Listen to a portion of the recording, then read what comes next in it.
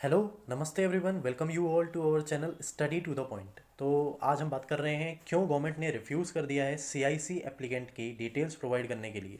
क्या विवाद खड़ा हुआ है, इसके बारे में डिटेल में जानते हैं। अभी रिसेंटली क्या हुआ है दोस्तों, चीफ इंफॉर्मेशन कमिश्नर इसकी पोस्ट जो 2 महीने से करीब खाली चल रही थी, तो उसको जो भरने का काम करती है ये करती है department of personnel and training. इसे करीब 139 एप्लीकेंट्स की एप्लीकेशन मिली थी। और एक आरटीआई के तहत इस डिपार्टमेंट से पूछा गया था कि आप हमें भाई डिटेल साझा करें कि कौन कौन से कैंडिडेट ने इसके लिए अप्लाई किया है, क्या शॉर्ट लिस्टिंग क्राइटेरिया है, और कौन सी सर्च कमेटी जो मेंबर्स हैं जो इन्हें सेलेक्ट करेगी। तो भाई सीधा सीधा विवाद ये है कि department of personnel and training ने मना कर दिया है आरटीआई के तहत इनकी इन्फॉर्मेशन देने के लिए। क्या कारण रहा है और क्या ऐसी दलील दी गई है डिपार्टमेंट ऑफ पर्सनल ट्रेनिंग द्वारा, जिससे ये बोला है कि आरटीआई का हम जवाब, मतलब आरटीआई का जो ये है पूछा गया है, ये हम नहीं बता सकते हैं।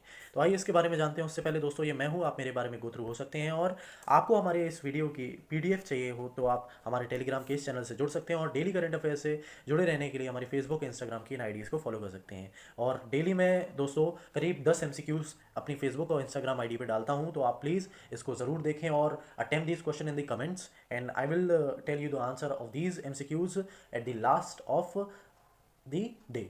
सो please watch it and attempt it. So reason दोस्तों ये बताया है department of personnel and training ने कि भाई जो इन्फॉर्मेशन है relating to this particular thing of the applicants are exempted under the section 8 part 1J for RTI act 2005। तो आरटीआई एक्ट 2005 के सेक्शन 8 के तहत, पार्ट 1J के तहत भाई उनने बोला है कि हम जो प्राइवेसी है पर्टिकुलर एप्लीकेंट्स की वो साझा नहीं कर सकते हैं जब तक कि ये कोई लार्ज पब्लिक इंटरेस्ट में को इन्वॉल्व ना करता हो। तो ये एक एक्सक्यूज़ देते हुए department of personnel and training ने मना कर दिया है आरटीआई का जवाब देने से।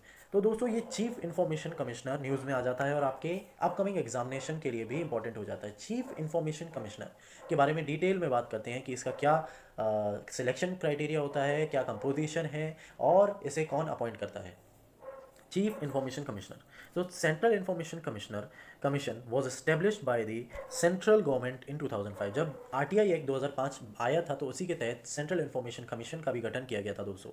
और ये कॉन्स्टिट्यूट हुई थी under the official gazetted notification of the provision of right to information act 2005।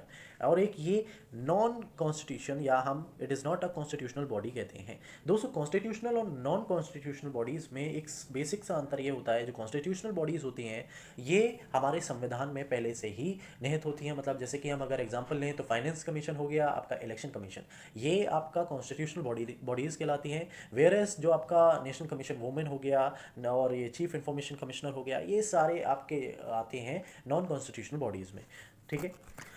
तो कंपोजिशन की अगर हम बात करें तो the commission consist of the chief information commissioner. जो मैक्सिमम लिमिट है दोस्तों कमीशन की ये है कि 10 से ज़्यादा इंफॉर्मेशन कमिश्नर नहीं होने चाहिए और एक चीफ इंफॉर्मेशन कमिश्नर होना चाहिए।